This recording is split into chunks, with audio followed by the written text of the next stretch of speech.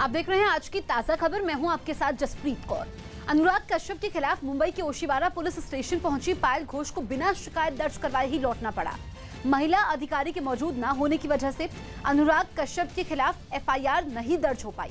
पायल पुरुष अधिकारी से पूरी घटना बताने में असहज थी, जिसके बाद आज ओशिवारा पुलिस स्टेशन में पायल घोष का बयान दर्ज किया जाएगा। दूसरी तरफ अनुराग कश्यप के खिलाफ महिला आयोग में भी आधिकारिक तौर पर शिकायत दर्ज करने की तैयारी है।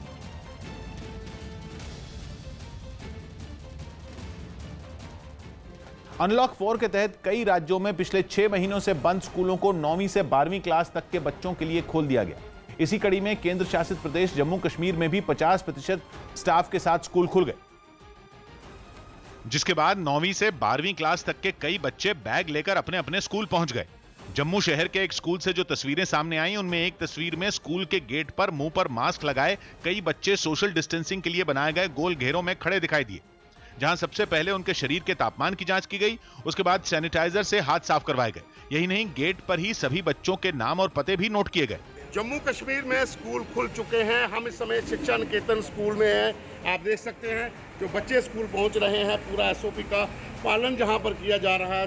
क्लासरूम में सोशल डिस्टेंसिंग बनाए रखने के लिए बच्चों को दूर दूर बैठाया गया। इस दौरान वहां मौजूद सारे बच्चे मुंह पर मास्क लगाए दिखे। टीचर भी मास्क के साथ फेस शील्ड लगाकर बच्चों को पढ़ाती नजर आई। हम बहुत खुश हैं क्योंकि जैसे आपको पता 2G चल रहा है तो नेट का बहुत प्रॉब्लम है। हम यहाँ पे आकर अपने डाउट क्लियर कर सकते हैं। श्रीनगर में भी 9वीं से 12वीं क्लास तक के बच्चे स्कूलों में पढ़ते दिखे। वहां के एक स्कूल से जो तस्वीरें सामने आई, उनमें एक तस्वीर में स्कूल के कर्मचारी बच्चों का तापमान जांचते और सैनिटाइजर से उनके हाथ साफ करवाते दिखे। क्लासरूम में सोशल डिस्टेंसिंग का पालन हो, इसके लिए बच्चों को अलग अलग बैठाया गया।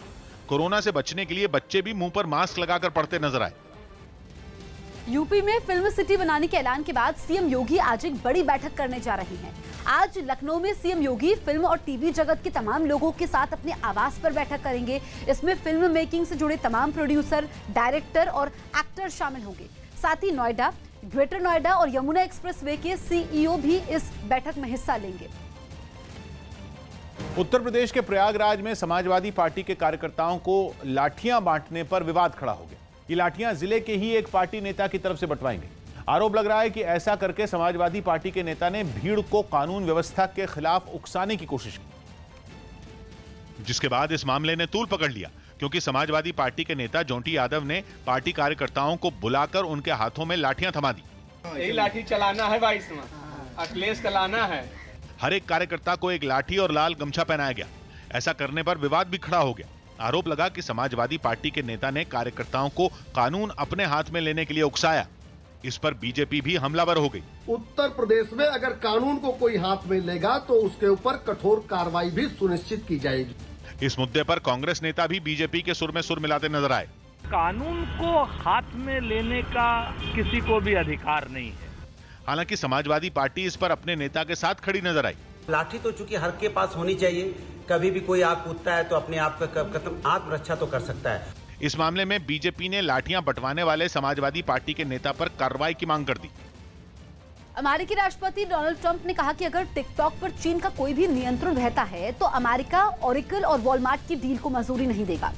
ट्रंप ने समझौते से ओरेकल और वॉलमार्ट का टिकटॉक पर पूरा नियंत्रण होने की बात कही। राष्ट्रपति ट्रंप के मुताबिक ऐसा नहीं होने पर सौदे को रद्द कर दिया जाएगा। दरअसल टिकटॉक पर मालिकाना हक रखने वाली चीन की कंपनी ने दावा किया था कि ओरेकल और वॉलमार्ट के सौदे के बाद भी टिकटॉक की ज्यादातर हिस्सेदारी कंपनी के पास ही रहेगी। न्यूज़ 18 के नीरज कुमार की रिपोर्ट है कि ग्वालियर चंबल इलाके की सीटों पर प्रचार के लिए पार्टी गुर्जर समुदाय से आने वाले सचिन पायलट को मैदान में उतारी, क्योंकि इससे वहां के गुर्जर समुदाय के लोग उसके पाले में आ सकते हैं। कांग्रेस नेताओं का कहना है कि सचिन पायलट ने इसकी सहमति दे दी है, जिसका मतलब यह हुआ कि वो अपने दोस्त के गढ़ में उसके खिलाफ चुनाव प्रचार करेंगे, क्योंकि अब वो दोनों अलग अलग पार्टियों में। मध्य प्रदेश की जिन 28 विधानसभा सीटों पर उपचुनाव होने वाले हैं, उनमें 16 सीटें ग्वालियर चंबल इलाके की हैं और ये पूरा इलाका ज्योतिरादित्य सिंधिया का गढ़ माना जाता है। कंगना रनौत के दफ्तर तोड़े जाने के मामले में आज सुनवाई होगी। मुंबई में कंगना रनौत के दफ्तर में हुई तोड़फोड़ के मामले में आज बॉम्बे हाईकोर्ट में सुनवाई होगी। इससे पहले बीएमसी ने कंगना के दफ्तर के कुछ हिस्से को अवैध बताते हुए तोड़ दिया था, जिसके बाद कंगना ने बीएमसी से 2 करोड़ रुपए के मुआवजे की मांग की। बिहार के हाजीपुर में बदमाशों ने दिन दहाड़े एक बैंक में डाका डाला। और हथियार दिखाकर लाखों की नकदी लूट कर फरार हो गए। बदमाशों ने लूट का विरोध करने पर बैंक में तैनात गार्ड को भी घायल कर दिया। लूट की खबर मिलने के बाद पुलिस मौके पर पहुंची और सीसीटीवी फुटेज के जरिए आरोपियों की तलाश में जुट गई। पश्चिम बंगाल के मुर्शिदाबाद में अलकायदा के 6 आतंकियों पर एनआईए का शिकंजा कसने के बाद पाकिस्तान की एक और साजिश से पर्दा उठ गया। कश्मीर में मुंह की खाने के बाद पाकिस्तान बांग्लादेश के रास्ते से अब आतंकियों की घुसपैठ करा रहा है। और घुसपैठ का ये रास्ता कितना खतरनाक है, ये हमारी टीम ने ग्राउंड जीरो पर जाकर देखा। भारत बांग्लादेश सीमा पर ज्यादातर इलाके ऐसे हैं जहां इस पार से उस पार जाना आसान है। बाढ़ नहीं होने की वजह से इन इलाकों का इस्तेमाल आतंकी घुसपैठ और ड्रग्स तस्करी के लिए भी किया जा रहा है, जिस पर एनआईए ने 2 दिन पहले ही बड़ी कार्रवाई करते हुए अलकायदा के 6 आतंकियों को गिरफ्तार किया था। बीएसएफ इस सीमा की रखवाली करती है और जो यहाँ पर पाकिस्तान ये कह सकते हैं कि उसका ये एक नया दरवाजा है भारत में घुसने का, भारत को अशांत करने का। बांग्लादेश की सीमा से लगे गांवों में केले के पेड़ भी काफी लगे हैं। बीएसएफ ने इन पेड़ों पर निगरानी बढ़ा दी है क्योंकि ऐसा शक है कि आतंकियों को बचाने और उन्हें वहां से लाने ले जाने के लिए इन पेड़ों का इस्तेमाल किया जा रहा है, क्योंकि केले के पेड़ बड़े और काफी घने होते हैं। इससे एक ऐसा रास्ता तैयार हो जाता है जिससे आतंकियों के लिए भारत में घुसना मुश्किल नहीं होता। इसी रास्ते क्रॉल करके यहाँ से वो दूसरी तरफ निकल जाते हैं, जहाँ पर जो गांव है वहाँ पर जाकर के आश्रय लेते हैं, रात बिताते हैं। बांग्लादेश के रास्ते आतंकी घुसपैठ और ड्रग्स तस्करी को रोकने के लिए बीएसएफ 24 घंटे सीमा पर नजरें गड़ाए हुए। पीएम मोदी ने संयुक्त राष्ट्र के 75 साल पूरे होने पर यूएन जनरल असेंबली को संबोधित किया और कहा कि भारत पूरे विश्व को एक परिवार के तौर पर देखता है। इस बीच पीएम ने कहा कि बिना व्यापक सुधारों के संयुक्त राष्ट्र के भीतर आत्मविश्वास की कमी रहेगी। उन्होंने कहा कि आज की दुनिया को उन बहुपक्षीय सुधारों की जरूरत है जिसके जरिए वास्तविकता झलके और सभी को मानव कल्याण के लिए आवाज उठाने का मौका मिले। पीएम मोदी ने कहा कि हम आज की चुनौतियों का मुकाबला पुराने तरीकों से नहीं कर सकते हैं। अभिनेत्री पायल घोष के आरोपों का बीजेपी नेता रूपा गांगुली ने समर्थन किया। बढ़ते हैं आगे। समाजवादी पार्टी ने बिहार विधानसभा चुनाव में आरजेडी उम्मीदवारों के समर्थन का ऐलान किया। पाकिस्तान में लड़कियों के जबरदस्ती धर्म परिवर्तन में सिख समुदाय के कई लोगों ने दिल्ली में प्रदर्शन किया। उन्होंने आरोप लगाया कि वहां लड़कियों को अगवा करने के बाद उन पर दबाव बनाकर उनसे इस्लाम कबूल कराया जाता है और फिर उन्हें शादी के लिए मजबूर किया जाता है, जिसके विरोध में बड़ी संख्या में सिख समुदाय के लोग सड़क पर जुट गए और रैली निकाली। तमाम जो है नारे लगाए जा रहे हैं और ये कहा जा रहा है कि पाकिस्तान में ऐसी हरकतों को बंद किया जाए। वही आक्रोश जो दिल्ली की सड़कों पर दिख रहा है। गुस्साए प्रदर्शनकारियों ने आगे बढ़ते हुए पाकिस्तान के खिलाफ जमकर नारेबाजी भी की। विरोध प्रदर्शन के दौरान किसी भी तरह के हंगामे को रोकने के लिए रास्ते में पुलिस भी तैनात दिखी। रैली में आगे चल रहे लोग हाथों में एक बैनर लिए नजर आए और बाकी प्रदर्शनकारी इंसाफ की मांग करने वाली तख्तियां हाथों में लेकर विरोध करते रहे। गुस्साए लोगों ने लड़कियों के जबरन धर्म परिवर्तन कराने को पाकिस्तान की साजिश करार दिया। 55 लड़कियां अब तक पिछले 3 महीनों में अगवा कर ली गई हैं और जबरन उनका धर्म बदला गया। ये एक बहुत बड़ी साजिश है। सिख समुदाय के इन लोगों ने ऐसे केस नहीं रुकने पर इस लड़ाई को बड़े पैमाने पर जारी रखने की चेतावनी दी। समाजवादी पार्टी ने बिहार विधानसभा चुनाव में आरजेडी उम्मीदवारों की समर्थन का ऐलान किया है। तो एसपी का बिहार चुनाव में आरजेडी को समर्थन मिल चुका है। इस वक्त की बड़ी खबर हम आपको बता रहे हैं। बिहार चुनाव के लिए समाजवादी पार्टी ने यह बड़ा ऐलान किया है। चुनाव में आरजेडी उम्मीदवारों के समर्थन का ऐलान किया है और अगले 2 से 3 दिन में बिहार चुनाव की तारीखों का ऐलान भी हो जाएगा। ऐसे में समाजवादी पार्टी ने भी निर्णय ले लिया है। दिल्ली के निजी अस्पतालों में बिस्तरों की कमी की खबरें। दिल्ली में कोरोना के लगातार बढ़ते मरीजों की वजह से अब अस्पताल में बिस्तरों की किल्लत शुरू हो गई है। सरकारी अस्पतालों के मुकाबले निजी अस्पतालों में बिस्तरों की कमी ज्यादा है। प्रदेश के स्वास्थ्य मंत्री सत्येंद्र जैन ने इसके लिए दूसरे राज्यों से आने वाले मरीजों को जिम्मेदार ठहराया। जितने लोग बाहर से आ रहे हैं ना, वो पहले से मन बना के आते हैं कि इस अस्पताल में जाना, जिसका नाम सुना होता है उन्होंने, और 1,500 से ज्यादा लोग अभी एडमिटेड हैं बाहर के। मध्य प्रदेश के कृषि मंत्री कमल पटेल के किसानों पर दिए बयान पर विवाद हो गया। उन्होंने किसानों की आत्महत्या के लिए आर्थिक तंगी की बजाय उनकी मानसिक स्थिति को जिम्मेदार ठहराया। एक ने किए, उसके घर अकेला लड़का है, 60 एकड़ जमीन है, करोड़पति है, डिप्रेशन में था। दूसरे ने भी जो आत्महत्या की वो भी डिप्रेशन में था। कोई कर्ज के कारण कोई आत्महत्या नहीं की। उत्तर प्रदेश के हापुड़ में क्रिकेट टूर्नामेंट जीतने के बाद कुछ लोगों ने जुलूस निकाला। इस दौरान इन लोगों ने न तो एक दूसरे से जरूरी दूरी बनाई और न ही मास्क लगाए। काफी देर तक शहर की कई सड़कों पर इन लोगों का हंगामा चलता रहा, जिसके बाद पुलिस ने इन लोगों के खिलाफ केस दर्ज कर लिया। इसमें 5 व्यक्तियों का नामजद और अन्य अज्ञात के विरुद्ध मुकदमा दर्ज कर दिया गया और आवश्यक कार्रवाई करी जाएगी। दिल्ली हिंसा मामले में 14 आरोपियों को वीडियो कॉन्फ्रेंसिंग के जरिए कड़कड़डूमा कोर्ट में पेश किया गया। इस दौरान आरोपियों के वकीलों को चार्जशीट की कॉपी दी गई। अब मामले की अगली सुनवाई 3 अक्टूबर को होगी। पुरानी दिल्ली के सीताराम बाजार में एक 3 मंजिला निर्माणाधीन इमारत अचानक धराशायी हो गई, जिसमें एक आदमी बुरी तरह घायल हो गया। इस हादसे के बाद पूरे इलाके में हाहाकार मच गया और थोड़ी ही देर में वहां आसपास रहने वाले लोगों की भीड़ जमा हो गई। हादसे की सूचना मिलते ही पुलिस और फायर ब्रिगेड की टीम भी वहां पहुंच गई।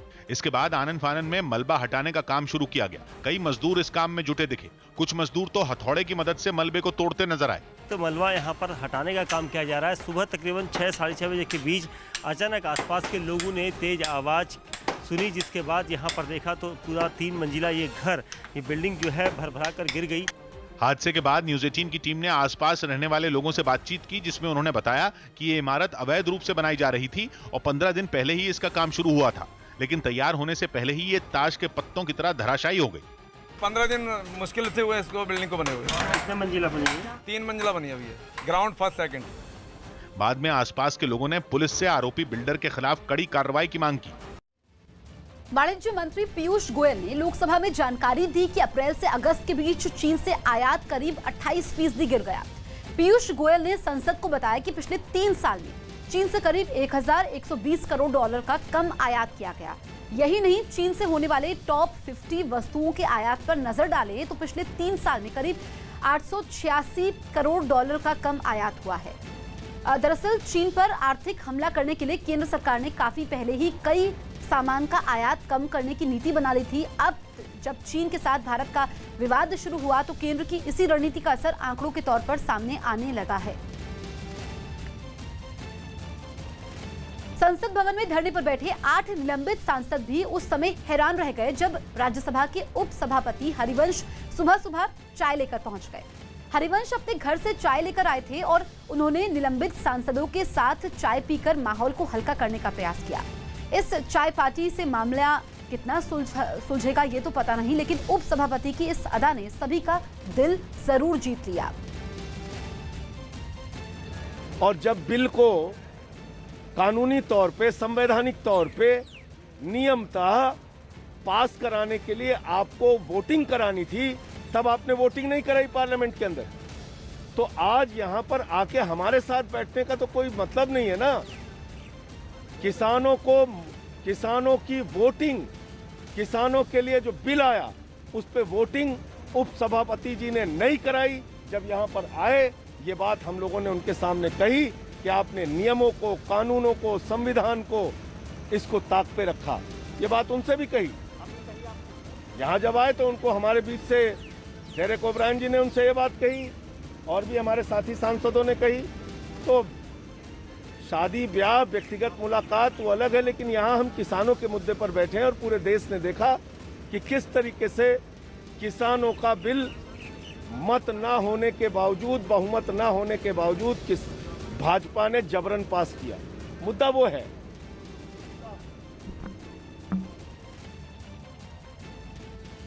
तो संजय सिंह को आप सुन रहे थे और वो कह रहे थे कि भले ही उप सभापति चाय लेकर पहुंचे, व्यक्तिगत मुलाकात अलग होती है, व्यक्तिगत मतभेद हो सकते हैं, लेकिन जो उप सभापति ने संसद में वोटिंग नहीं करवाई थी, इसको लेकर के आपत्ति है, वो किसानों के साथ खड़े हैं। मुंबई और उसके आसपास के इलाकों में मौजूद अलग अलग रेलवे स्टेशनों पर जुटे कई एमएनएस कार्यकर्ताओं ने लोकल ट्रेनों को दोबारा शुरू करने की मांग की। उन्होंने अपने प्रदर्शन के दौरान ट्रेनों में जबरन घुसने की भी कोशिश की। फिलहाल 6 महीने से बंद पड़ी लोकल ट्रेनों में सिर्फ जरूरी सेवाओं से जुड़े लोग ही यात्रा कर रहे हैं, जिसके विरोध में कई रेलवे स्टेशनों पर पहुंचे एमएनएस कार्यकर्ताओं ने आम लोगों के लिए भी लोकल ट्रेनों की सेवाओं को फिर से बहाल करने की मांग करते हुए जमकर हंगामा किया, जिसकी एक तस्वीर मुंबई के पास डोंबिवली रेलवे स्टेशन से भी सामने आई, जिसमें हाथों में तख्तियां लेकर पहुंचे प्रदर्शनकारी वहां पहले से तैनात पुलिस वालों से भिड़ गए, जबकि वो उन्हें लगातार पीछे की तरफ धकेलते नजर आए। ऐसे हालात में वहां की सुरक्षा बढ़ाई गई और सुरक्षा कर्मियों ने केवल उन्हीं लोगों को अंदर जाने दिया जिनके पास सफर की इजाजत थी। ठीक इसी तरह कुछ एमएनएस कार्यकर्ताओं ने अंबरनाथ रेलवे स्टेशन के अंदर घुसने की कोशिश की, जिन्हें वहां से हटाने के लिए काफी देर तक पुलिस वाले जद्दोजहद करते दिखे, लेकिन जब वो लोग नहीं माने तो पुलिस को उन्हें हिरासत में लेना पड़ा। वो प्रदर्शनकारी तब भी लगातार नारेबाजी करते रहे। इसी तरह के हालात कल्याण स्टेशन समेत दूसरे रेलवे स्टेशनों के भी देखने को मिले, जहां हंगामा कर रहे एमएनएस कार्यकर्ताओं को रोकने के लिए पुलिस वालों को काफी मेहनत करनी पड़ी। चीन के सरकारी अखबार ग्लोबल टाइम्स ने एक वीडियो ट्वीट कर भारत को कीदड़ भभकी दी है। वीडियो के जरिए चीन की सेना की भारतीय सेना से बेहतर होने का दावा किया गया है। दरअसल चीन जहां लद्दाख से लगी भारतीय सीमा पर तनाव बढ़ाने की कोशिश में है, वहीं भारत पर दबाव बनाने के लिए मनोवैज्ञानिक स्तर पर भी युद्ध लड़ रहा है। एक तरफ जहां चीन अपने सरकारी अखबार ग्लोबल टाइम्स के जरिए भारत को गीदड़ भभकी दे रहा है, दूसरी तरफ वीडियो के जरिए यह साबित करने की भी कोशिश कर रहा है कि चीनी सेना अलग अलग परिस्थितियों में युद्ध के लिए तैयार है और भारतीय सेना से बेहतर है। मुंबई के पास भिवंडी में एक 3 मंजिला इमारत के गिरने से हुए दर्दनाक हादसे के बाद लोगों का गुस्सा महानगर पालिका के अधिकारियों पर फूट पड़ा। जान गंवाने वाले लोगों के घर वालों ने तो यहां तक आरोप लगाया कि महानगर पालिका और इमारत के मालिक ने उन्हें बिल्डिंग के कमजोर होने की कभी कोई जानकारी नहीं दी और उन्हें नोटिस के बारे में कुछ नहीं पता था, इसीलिए वो वहां रहते रहे। बताया नहीं, एक भी बार बताया नहीं, वो भाड़ा भी लेके गया वो। हादसे से कुछ मिनट पहले ही इमारत से बाहर निकले एक परिवार ने तो यहां तक दावा किया कि उन्होंने शोर मचाकर लोगों से बाहर आने के लिए कहा था, लेकिन दावा है कि कुछ परिवारों ने इस चेतावनी को नजरअंदाज कर दिया और वो हादसे की चपेट में आ गए। फर्स्ट फ्लोर पर भी एक को उठाए और बोले कि सफाई करने वाला था कि सबको बोलो फर्स्ट फ्लोर वाले को कि बाहर निकल जाए, बिल्डिंग गिर रही है। तो बोलता नहीं बिल्डिंग नहीं गिर रही है, जाने दो, जो भी होगा सुबह में देखेंगे। संकरी गलियां होने की वजह से बचाव अभियान अगले कई घंटों तक चल सकता है, जिसकी वजह से मलबे में दबे लोगों के घर वाले काफी परेशान नजर आए। एक शादीशुदा भाई है, उसको 3 बच्चे हैं, उसकी वाइफ साथ में है। रात में सोए बात करके, सुबह में उनका लापता हो गया। मैं गाँव थी, मैं अभी आई सुबह। इस हादसे पर महाराष्ट्र के आवास मंत्री जितेंद्र आव्हाड ने भी कार्रवाई की बात कही। सीएम योगी ने विकास कार्यों की जानकारी ली। यूपी के मुख्यमंत्री योगी आदित्यनाथ ने वाराणसी मंडल में चल रहे विकास कामों की जानकारी ली। वीडियो कॉन्फ्रेंसिंग के जरिए हुई इस बैठक में मुख्यमंत्री ने अधिकारियों को त्योहारों से पहले सड़कों के गड्ढे भरने का निर्देश दिया। हमारा प्रयास होना चाहिए कि पर्व और त्योहार के पहले इन सभी कार्यों को हम गड्ढा मुक्त, सभी सड़कों को गड्ढा मुक्त कर लें। बिहार के गया में महाबोधि मंदिर के कपाट श्रद्धालुओं के लिए खोल दिए गए। श्रद्धालु सुबह 6 से 9 बजे तक और दोपहर 3 बजे से शाम 6 बजे तक मंदिर में दर्शन कर सकते हैं। इसके अलावा एक वक्त में सिर्फ 10 श्रद्धालुओं को मंदिर के अंदर जाने की इजाजत दी गई। सरकार का निर्देश के अंतर्गत ही मंदिर को दूसरी बार खोला गया है। इसमें 2 समय के लिए खोला गया है, एक सुबह और एक संध्या समय के लिए। थाईलैंड में कोरोना संकट के बावजूद हजारों प्रदर्शनकारी एक बार फिर सरकार के खिलाफ राजधानी बैंकॉक की सड़कों पर उतर आए। वहां राजशाही और सरकार के खिलाफ छात्रों ने प्रदर्शन शुरू किया था, लेकिन बाद में दूसरे लोग भी इसमें शामिल हो गए, जिसके बाद तनाव पहले से काफी बढ़ गया। प्रशासन की ओर से प्रदर्शन में शामिल कुछ छात्रों को जब एक यूनिवर्सिटी में बंद किया गया तो वो उसके गेट को तोड़कर बाहर निकल आए और दोबारा हंगामा करने लगे। सरकार और राजशाही के खिलाफ बड़ी संख्या में लोग एक बार फिर सड़कों पर पैदल और गाड़ियों में लदकर उतरे। प्रदर्शनकारियों ने लोकतंत्र में जरूरी सुधारों के साथ संविधान में बदलाव करने की मांग की। सड़क पर पैदल मार्च करने के दौरान कुछ लोग संगीत बजाकर और उसकी धुन पर नाच गाकर अपने विरोध का इजहार करते दिखे। भीड़ को रोकने के लिए रास्तों पर सैकड़ों की संख्या में पुलिस तैनात दिखी, पर भीड़ के सामने वो भी बेबस नजर आई। अमेरिका से जारी तनाव के बीच चीन ने प्रशांत महासागर में स्थित अमेरिकी नौसैनिक बेस गुआम पर हमले का नकली वीडियो जारी किया। चीनी वायुसेना का 2 मिनट और 15 सेकंड का ये वीडियो किसी हॉलीवुड फिल्म की ट्रेलर की तरह दिखाई दे रहा है, जिसमें चीन का H-6 बॉम्बर रेगिस्तान में स्थित किसी एयरफोर्स बेस से उड़ान भरता दिखाई दे रहा है। इस वीडियो में चीनी एयरफोर्स ने कई तरह के म्यूजिक का भी इस्तेमाल किया है। गृह मंत्रालय की तरफ से संसद में यह जानकारी दी गई कि दिल्ली में हुए तबलीगी जमात के कार्यक्रम की वजह से देश में कोरोना फैला। न्यूज 18 के अमित पांडे की रिपोर्ट है कि केंद्रीय गृह राज्य मंत्री जी किशन रेड्डी ने राज्यसभा में बताया कि मार्च में निजामुद्दीन मरकज में नियमों की अनदेखी कर तबलीगी जमात का कार्यक्रम हुआ था, जिसमें भारी भीड़ लंबे समय तक बिना मास्क के एक जगह पर जमा रही, जिससे कोरोना एक से दूसरे लोगों में फैल गया। जबकि कोरोना महामारी को देखते हुए सरकार की तरफ से कई तरह के दिशा निर्देश पहले ही जारी किए जा चुके थे। यह भी जानकारी दी गई कि इस मामले में दिल्ली पुलिस 233 लोगों को गिरफ्तार कर चुकी है और तबलीगी जमात के प्रमुख मौलाना साद की जांच चल रही है। वहीं संसद में गृह मंत्रालय की तरफ से दी गई इस जानकारी पर तबलीगी जमात ने आपत्ति जताई। MHA का यह बयान बेबुनियाद है। Honourable high court of Bombay ने अब इस बात पर मोहर लगा दी है कि जमात या तबलीगी जमात मरकज़ की वजह से इस बीमारी को बढ़ाने में तबलीगी जमात मरकज़ का कोई हाथ नहीं है। यूरोप के देश ग्रीस में कोरोना संकट की वजह से काम न कर पाने वाले कई कलाकारों ने सड़कों पर उतरकर अपनी सरकार के खिलाफ प्रदर्शन किया। प्रदर्शन कर रहे कलाकारों ने सरकार से लॉकडाउन के नियमों में ढील देने की अपील की और ग्रीस की राजधानी एथेंस की सड़कों पर उतरकर मार्च निकाला। प्रदर्शन में शामिल कई कलाकार अपने साथ ड्रम, गिटार और कई तरह के बाजे लेकर पहुंचे। ग्रीस के श्रम मंत्रालय के बाहर जुटे इन कलाकारों ने वहां बाजे बजाकर सरकार तक अपनी बात पहुंचाने की कोशिश की। इन कलाकारों के समर्थन में कई लोग भी सड़कों पर उतरे और उनकी हौसला अफजाई करते हुए सरकार के रवैये को गलत बताया। प्रदर्शन कर रहे कलाकारों ने बताया कि कोरोना संकट में सरकार की सख्ती की वजह से उनका काम बंद हो गया है और उनके सामने भुखमरी की नौबत आ चुकी है। जर्मनी में कोरोना की वजह से हुई सख्ती के खिलाफ हजारों लोगों ने प्रदर्शन किया। इन लोगों ने जर्मनी सरकार पर कोरोना के नाम पर जबरन पाबंदियां थोपने और राजनीति करने का आरोप लगाया और इसके खिलाफ सड़क पर उतरकर एक रैली की। डसलडॉर्फ शहर में हुई इस रैली में बड़े पैमाने पर महिलाएं और बच्चे भी शामिल हुए, जिन्होंने जमकर नारेबाजी की। रैली कर रहे ये लोग अपने हाथों में कई तरह की तख्तियां पकड़े हुए दिखे, जिनके जरिए उन्होंने शहर के हालात बेहतर होने का दावा किया। यही वजह रही कि रैली में शामिल किसी भी शख्स के मुंह पर मास्क नहीं दिखा। प्रदर्शन कर रहे लोगों ने सरकार पर आरोप लगाया कि वो कोरोना के नाम पर सिर्फ राजनीति कर रही है और जनता पर जबरदस्ती पाबंदियां थोप रही है।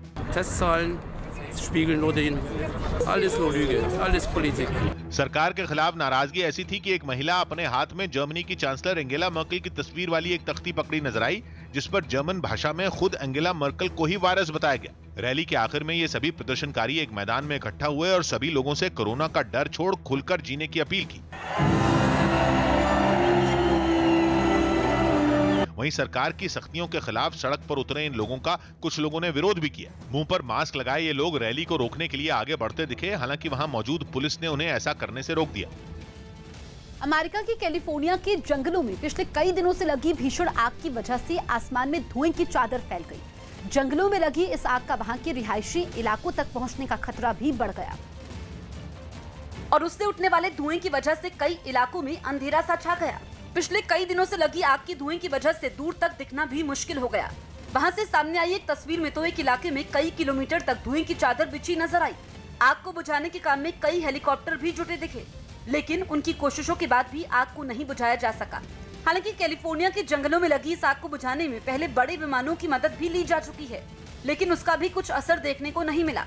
जंगलों की आग वहां के रिहायशी इलाकों तक भी पहुंच चुकी है, जिसे बुझाने के लिए हजारों दमकल कर्मी दिन रात लगे हुए हैं। केंद्र के नए कृषि कानून के विरोध में राजस्थान की 247 मंडियों को बंद रखा गया। व्यापारियों के मुताबिक नए कानून के तहत अगर किसान मंडी में फसल बेचेगा तो उसे टैक्स देना होगा और मंडी के बाहर फसल बेचने पर उसे कोई टैक्स नहीं देना होगा।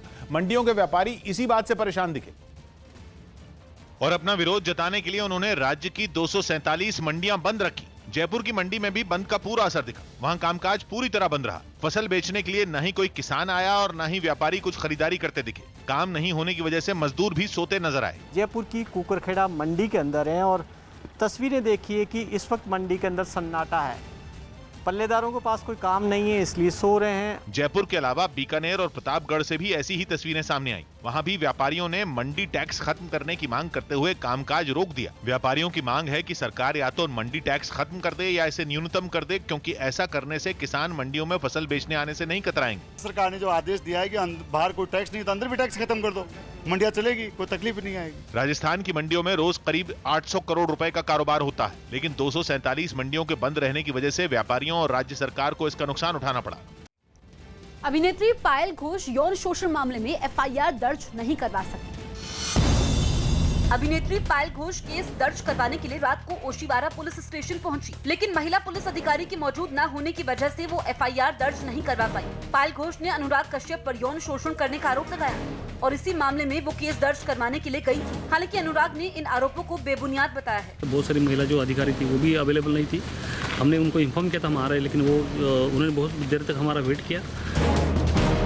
पंजाब में कृषि बिल के विरोध में 25 सितंबर को कुछ किसान संगठनों ने बंद का ऐलान किया। किसानों के इस आंदोलन को राज्य के मुख्य विपक्षी दल आम आदमी पार्टी ने अपना समर्थन देने का ऐलान किया। पश्चिम एशिया के देश लेबनान में पिछले महीने एक धमाके में मारे गए लोगों की याद में एक कॉन्सर्ट का आयोजन किया गया। अगस्त में वहां की राजधानी बेरूत में हुए धमाके में करीब 200 लोगों की मौत हो गई थी, जिस पर शोक जताने के लिए पूरे लेबनान से करीब 250 कलाकार बेरूत में उस इमारत में इकट्ठा हुए जो खुद धमाके का शिकार हुई थी। मरने वालों को अपने संगीत के जरिए श्रद्धांजलि देकर उन्होंने लोगों की आंखों में आंसू ला दिए।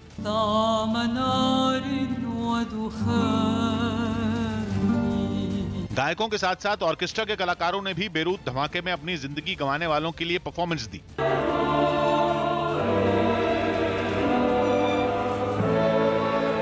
कार्यक्रम में धमाके में मारे गए लोगों की तस्वीरें भी लगी नजर आईं। उनकी याद में मोमबत्तियां भी जलाई गईं। आसमान से ली गई तस्वीरों में इमारत मोमबत्तियों की रोशनी से जगमगाती दिखी। कार्यक्रम के आखिर में कलाकारों ने धमाके में मरने वालों को श्रद्धांजलि देने के लिए मौन रखा और उनके संगीत के सुरों की जगह सन्नाटे ने ले ली। छत्तीसगढ़ के बीजापुर में सुरक्षा बल के जवानों से भरी एक बस पानी से भरे रास्ते को पार करने की कोशिश में नदी में गिर गई।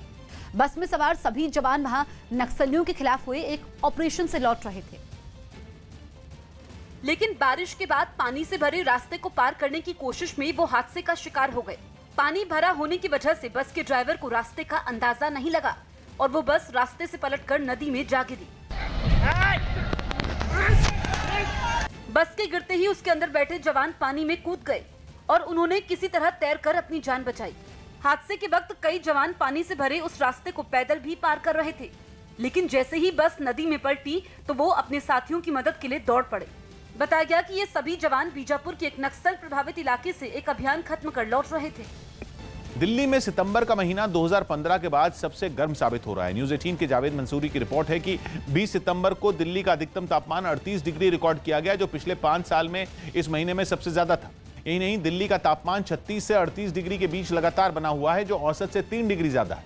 इससे पहले 2015 के सितंबर में इस तरह की गर्मी पड़ी थी और उस वक्त पूरे महीने औसत तापमान 36 डिग्री दर्ज किया गया था, जबकि आमतौर पर इस महीने में तापमान 35 डिग्री के आसपास होना चाहिए था। मौसम वैज्ञानिकों का कहना है कि आसमान में बादल नहीं है और धूप सीधी धरती पर पड़ रही है। ऊपर से गर्म हवाएं चल रही हैं, जिससे तापमान बढ़ रहा है। हालांकि अगले 2-3 दिनों में मौसम विभाग ने दिल्ली में बारिश का अनुमान जताया है, जिससे 2 से 3 डिग्री तक तापमान में कमी आ सकती है। महीना सितंबर का चल रहा है, लेकिन गर्मी मई जून के जैसी महसूस हो रही है। इस वक्त मैं इंडिया गेट पर मौजूद हूँ, जहाँ हम आपको तस्वीरों में दिखाएंगे कि धूप बहुत तेज़ है और जो पर्यटक हैं वो इस गर्मी से बचने के लिए किस तरीके से, देखिए, पानी और जो शिकंजी है वो यहाँ पर बेची जा रही है, उस पर किस तरह से भीड़ लगी। भारत और मालदीव के बीच फेरी सेवा शुरू हो गई। भारत और मालदीव के बीच सीधी कार्गो फेरी सेवा शुरू हो गई। तमिलनाडु से एक जहाज रवाना किया गया जो 29 सितंबर को मालदीव पहुंचेगा। प्रधानमंत्री नरेंद्र मोदी ने पिछले साल अपनी मालदीव यात्रा के दौरान इस सेवा का ऐलान किया था। दिल्ली हिंसा मामले में गिरफ्तार उमर खालिद की याचिका कड़कड़डुमा कोर्ट ने रद्द कर दी। याचिका में पुलिस हिरासत के दौरान अपने परिवार के सदस्यों से मिलने की अनुमति मांगी गई थी, लेकिन अदालत ने इसकी इजाजत नहीं दी। उत्तर प्रदेश के आजमगढ़ में एक ग्लाइडर क्रैश हो गया। इस हादसे में एक ट्रेनी पायलट की मौत हो गई। सुप्रीम कोर्ट ने कोरोना संकट के बीच देह व्यापार से जुड़ी महिलाओं की आर्थिक स्थिति पर चिंता जताई। कोर्ट ने सरकार से इन लोगों के लिए मुफ्त अनाज का इंतजाम करने के लिए जवाब मांगा। कोर्ट ने पूछा कि क्या इन लोगों को बिना राशन कार्ड या दूसरे दस्तावेजों से सरकारी राशन दिया जा सकता है। अब इस मामले में अगले हफ्ते सुनवाई होगी। छत्तीसगढ़ के बीजापुर में सुरक्षा बल के जवानों से भरी एक बस नदी में पलट गई। हालांकि राहत की बात यह रही कि बस के पलटते ही सभी जवान सुरक्षित बाहर निकल आए। ये सभी जवान नक्सल ऑपरेशन से लौट रहे थे, तभी सड़क के ऊपर से बह रहा पानी बस को भी थोड़ा आगे अपने साथ बहा कर ले गया। अमेरिका से बढ़ते तनाव के बीच चीन और रूस साथ होते नजर आ रहे हैं। रूस में हो रहे मिलिट्री ड्रिल कार्यक्रम से पहले चीन के सैनिकों ने रूस की सेना से ट्रेनिंग ली, जिसकी सामने आई एक तस्वीर में कई टैंक एक खुले मैदान में एक्शन में नजर आए। चीन के सैनिक टैंक की बारीकियां समझते दिखे और फिर टैंकों से एक के बाद एक हवा में गोले दागे। रूस में यह कार्यक्रम 26 सितंबर तक चलेगा, जिसमें दुनिया के 10 देश हिस्सा ले रहे हैं। कुछ दिन पहले ही चीन ने अमेरिका को जंग के लिए तैयार रहने की धमकी दी थी। ऐसे में चीन और रूस का साझा अभ्यास अमेरिका के खिलाफ खेमेबंदी के तौर पर देखा जा रहा है। अमेरिकी राष्ट्रपति डोनाल्ड ट्रंप ने कहा कि अगर टिकटॉक पर चीन का कोई भी नियंत्रण रहता है तो अमेरिका ओरेकल और वॉलमार्ट की डील को मंजूरी नहीं देगा। ट्रंप ने समझौते से ओरेकल और वॉलमार्ट का टिकटॉक पर पूरा नियंत्रण होने की बात कही।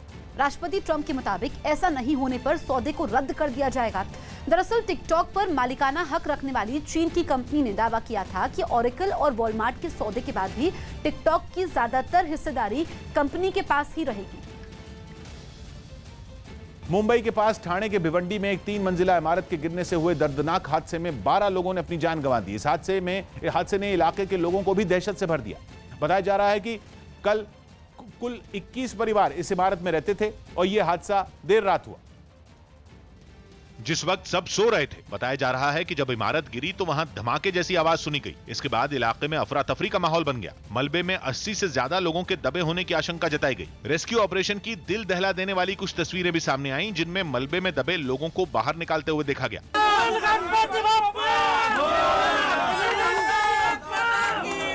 एनडीआरएफ, दमकल विभाग, आपदा प्रबंधन और महानगर पालिका की अलग अलग टीमें बचाव अभियान में जुटी दिखी। सामने आए एक वीडियो में एनडीआरएफ की टीम एक आदमी को सुरक्षित बाहर निकालते हुए नजर आई। इस हादसे में उसे मामूली चोटें आईं। उसकी जान बचने पर लोगों ने तालियां बजाकर खुशी भी जताई। इसी तरह मलबे में दबे एक बच्चे को बचाने का भी वीडियो सामने आया, जिसमें उसकी हालत काफी नाजुक दिखी। इसके अलावा हादसे में गंभीर रूप से घायल हुई एक महिला को बचाने की भी तस्वीरें सामने आईं, जिनमें बचाव दल के लोग उसे एम्बुलेंस की तरफ लेकर भागते हुए दिखे। बच्ची है, उसको निकाला गया है। 3 लोग जो है 5 मिनट के अंदर यहाँ से निकाले गए हैं और इन्हें अब अस्पताल ले जाया जा रहा है ताकि उन्हें प्राथमिक इलाज मिल सके और जो भी जरूरत हो इलाज की वो उन्हें दिया जा सके। मुंबई के पास ठाणे जिले में हुए इस हादसे पर भिवंडी महानगर पालिका के अधिकारी भी निशाने पर आ गए, क्योंकि ऐसा कहा जा रहा है कि महानगर पालिका को इमारत के कमजोर होने की शिकायत काफी पहले मिल चुकी थी। महानगर पालिका के बड़े अधिकारी खुद इस बात को मान रहे हैं। हालांकि उनकी दलील है कि उन्होंने इमारत को खाली करने के लिए नोटिस जारी किया था, लेकिन दावा है कि ये बात सिर्फ कागजों तक सिमट कर रह गई और फिर किसी ने 36 साल पुरानी इस इमारत की खबर तक नहीं ली। ओनर को नोटिस देने के बाद में बोला गया था रिपेयर करवाने के लिए, लेकिन वो हुआ नहीं है और उसके लिए हम जांच कर रहे हैं कि म्युनिसिपल कॉर्पोरेशन लेवल पे किस जगह पे लापरवाही हुई है। इस हादसे पर इलाके के लोगों में भी काफी गुस्सा दिखा, जिन्हें मंत्री एकनाथ शिंदे ने मनाने की कोशिश की। उन्होंने हादसे वाली जगह पर जाकर बड़े अधिकारियों से भी घटना के बारे में जानकारी ली। जिनकी मृत्यु हुई है उनको शासन की तरफ से 5 लाख रुपए की मदद हो जाएगी। एनडीआरएफ और दूसरी टीमों की तरफ से रेस्क्यू ऑपरेशन अगले 24 से 36 घंटे तक चलने की संभावना जताई गई। तस्वीरें देख के हमें पता चल सकता है कि हादसा कितना भयंकर था और मलबा हटाने का काम पिछले 5 घंटे से ज्यादा हो गया। मलबा हटाने का काम जारी है। इस हादसे पर प्रधानमंत्री ने भी दुख जताते हुए पीड़ित परिवारों की हर संभव मदद का भरोसा दिया। टैलेंट मैनेजमेंट एजेंसी कॉन के डायरेक्टर ध्रुव को एनसीबी ने समन भेजा है। एनसीबी ध्रुव से आज पूछताछ करेगा। ध्रुव से एनसीबी जया शाह और मैनेजर करिश्मा के ड्रग्स चैट के बारे में पूछताछ कर सकता है। वहीं सुशांत की पूर्व टैलेंट मैनेजर जया शाह और पूर्व बिजनेस मैनेजर श्रुति से एनसीबी आज फिर पूछताछ करेगा। एनसीबी ने सोमवार को श्रुति और जया से करीब 4 घंटे पूछताछ की। इसके अलावा जया की कंपनी की मैनेजर करिश्मा को भी आज एनसीबी ने पूछताछ के लिए बुलाया है।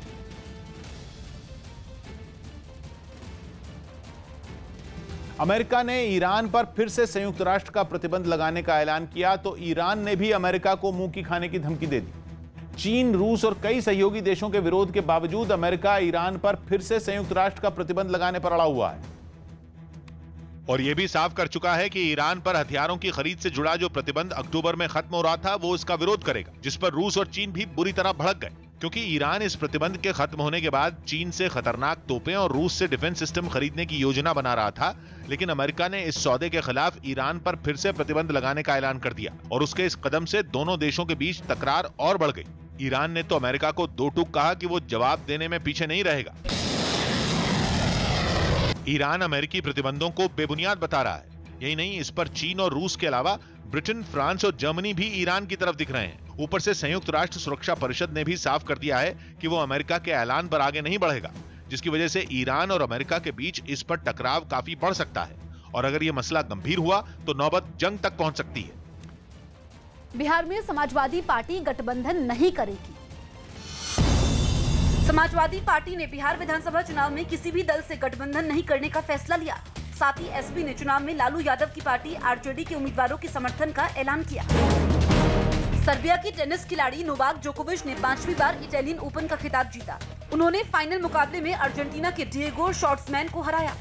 जम्मू कश्मीर से धारा 370 हटने के बाद से आतंकी हमलों और पत्थरबाजों की घटनाओं से पत्थरबाजी की घटनाओं में कमी आई है। न्यूज़ 18 के शैलेंद्र वांगू की रिपोर्ट है कि पिछले साल 5 अगस्त को जब जम्मू कश्मीर से धारा 370 हटाने का ऐलान किया गया था, उसके बाद से आतंकी हमलों में कमी आई है।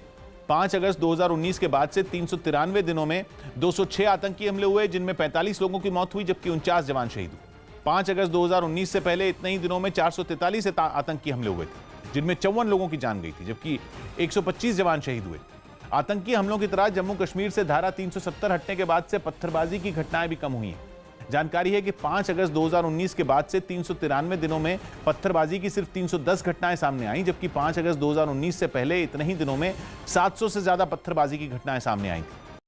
कोरोना संकट के बीच लंदन के कुछ पबों को खोल दिया गया। महामारी की वजह से वहां के सभी पब पिछले 6 महीनों से बंद थे, जिन्हें कई शर्तों के साथ दोबारा खोल दिया गया। इसके बाद महीनों से घरों में कैद लोग वहां मस्ती करने पहुंचने लगे। वहां के एक मशहूर क्लब से सामने आई कुछ तस्वीरों में कई नौजवान पब में खाने पीने और संगीत का मजा लेते नजर आए। हालांकि 6 महीने बाद खुले इस पब में वैसी रौनक नजर नहीं आई जो पहले हुआ करती थी। कोरोना की वजह से वहां सिर्फ कुछ पबों को ही खोला गया है, जबकि नाइट क्लब और कॉन्सर्ट हॉल जैसी सार्वजनिक जगहें फिलहाल बंद हैं। यूरोप के देश ग्रीस में कोरोना संकट की वजह से काम न कर पाने वाले कई कलाकारों ने सड़कों पर उतरकर अपनी सरकार के खिलाफ प्रदर्शन किया। प्रदर्शन कर रहे कलाकारों ने सरकार से लॉकडाउन के नियमों में ढील देने की अपील भी की और ग्रीस की राजधानी एथेंस की सड़कों पर उतरकर मार्च निकाला। प्रदर्शन में शामिल कई कलाकार अपने साथ ड्रम, गिटार और कई तरह के बाजे लेकर पहुंचे। ग्रीस के श्रम मंत्रालय के बाहर जुटे इन कलाकारों ने वहां बाजे बजाकर सरकार तक अपनी बात पहुंचाने की कोशिश की। इन कलाकारों के समर्थन में कई लोग भी सड़कों पर उतरे और उनकी हौसला अफजाई करते हुए सरकार के रवैये को गलत बताया।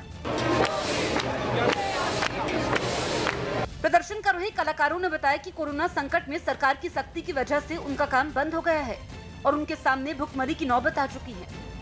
कृषि